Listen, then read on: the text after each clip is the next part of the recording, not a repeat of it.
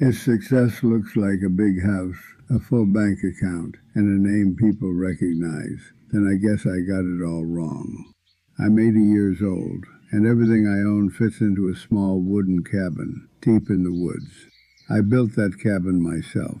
Took me almost a year. Just me, my hands, and more mistakes than I can count. The wood's not perfect. The floor creaks in the winter, but it's mine. Right next to it, there's an old trailer. Rust on the edges, paint fading. That trailer is the most expensive thing I own. No retirement account, no savings worth talking about, no career anyone would envy. Most people would look at my life and think something went wrong, and for a long time, that's exactly what they told me. But here's the part that usually makes people pause. Nothing went wrong. I chose this. Yeah, I know how that sounds. An 80-year-old man, living alone in the woods, with almost nothing to his name, saying he chose this life. But I did.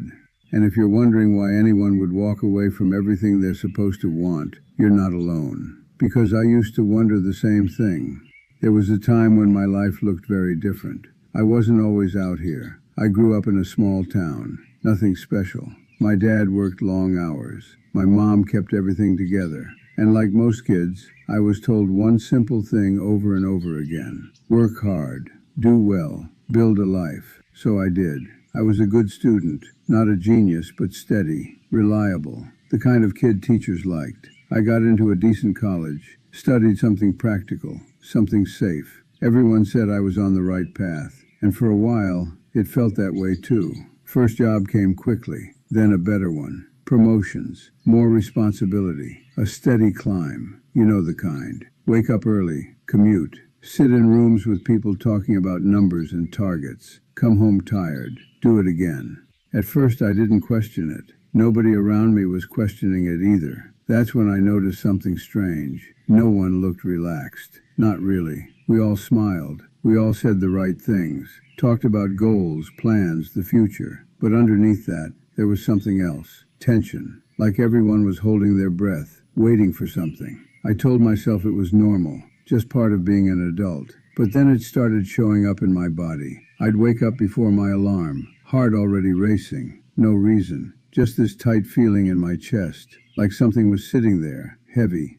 At work, I'd catch myself staring at the same line on a page, not reading it, just stuck. At night, I couldn't shut my mind off. That constant noise. What if you fall behind? What if you mess this up? What if this isn't enough? But I didn't say anything. Nobody did. We just kept going. Because that's what you're supposed to do, right? Keep moving. Keep building. Keep climbing. But I didn't understand it yet. Why it felt like the more I moved forward, the further away I felt from something I couldn't even name. Then one day, something happened. Nothing dramatic from the outside. No accident. No big loss. Just a regular day. I was sitting at my desk, middle of the afternoon. Same office. Same noise. Same people walking past like always. And suddenly, that tight feeling in my chest came back. Stronger this time. Not pain exactly. Just pressure. Enough to make me stop. I leaned back in my chair, tried to take a breath, and realized something that didn't make sense. I wasn't tired from the work. I was tired of the life. That's when it hit me. Not all at once, but clear enough. If I stayed on that path, I knew exactly where it would lead.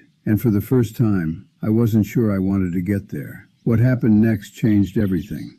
I didn't stand up right away. That would have made it feel dramatic, like something out of a movie. It wasn't like that. I just sat there, staring at my desk, feeling that pressure in my chest. And for the first time, I didn't push it away. I let it stay, and the longer I sat with it, the clearer it became.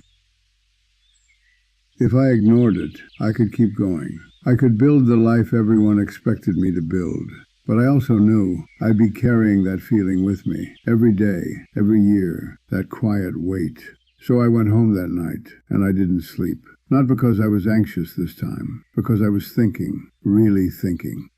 By morning, I had made a decision I didn't fully understand yet. And honestly, it didn't feel brave. It felt uncomfortable, heavy. Like stepping off something solid without knowing where you'd land. I gave my notice a week later, didn't tell many people why. Most didn't ask. The ones who didn't really listen to the answer. My parents thought I was making a mistake. My friends said I just needed a vacation. A few people just looked at me like I had quietly lost my mind. Maybe I had. That's what it felt like, at least. Walking away from something stable, with no real plan, no backup, no clear direction. That's when I noticed something else. People weren't afraid for me. They were afraid of the idea, because if I could walk away, it meant they could too, and that made them uncomfortable. So I left. Not with some grand vision, just a truck, a few tools, and more uncertainty than I'd ever felt in my life.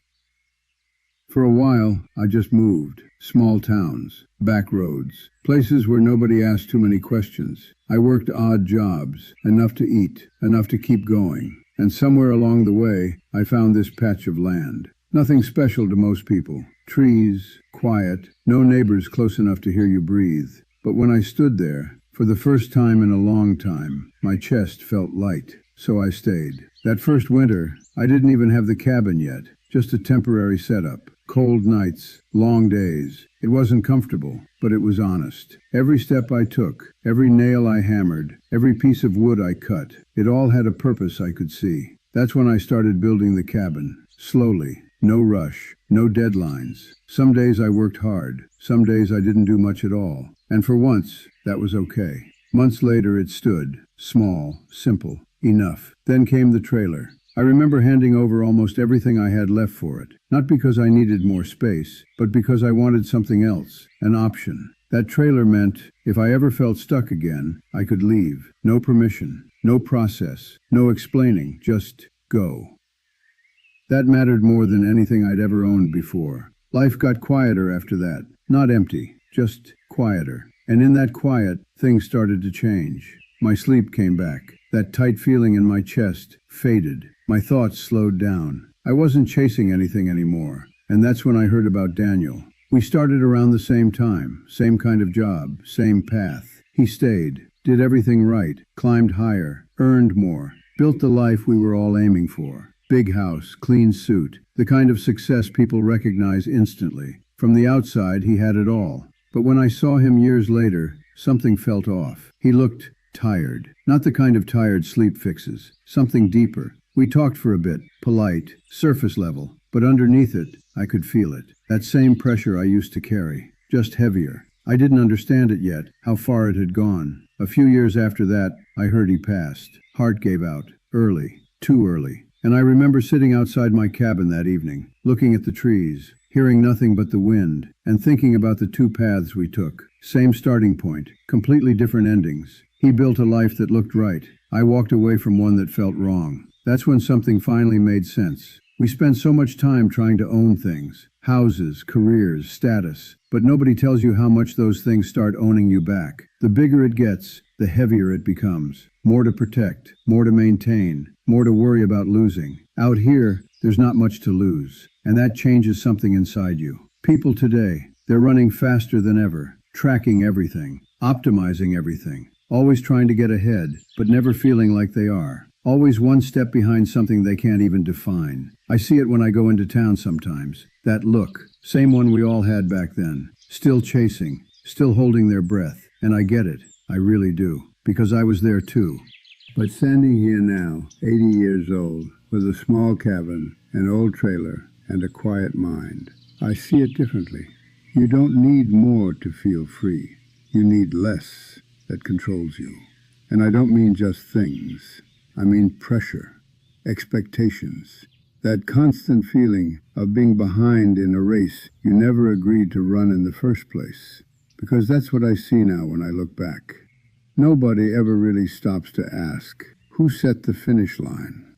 We just keep running toward it like it's real, like it matters, like someone is waiting there to tell us we did enough. But there is no finish line, just more wanting, more chasing, more weight added to your back while you convince yourself it's normal. And once that weight is gone, you realize something simple but hard to accept. Silence isn't empty. It's just unfamiliar at first.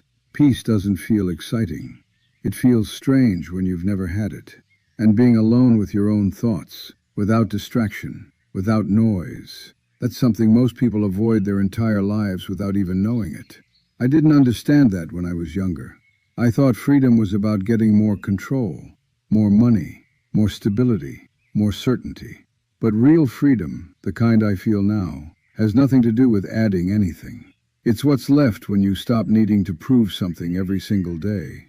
I didn't escape life. I just stopped carrying what was never mine to begin with.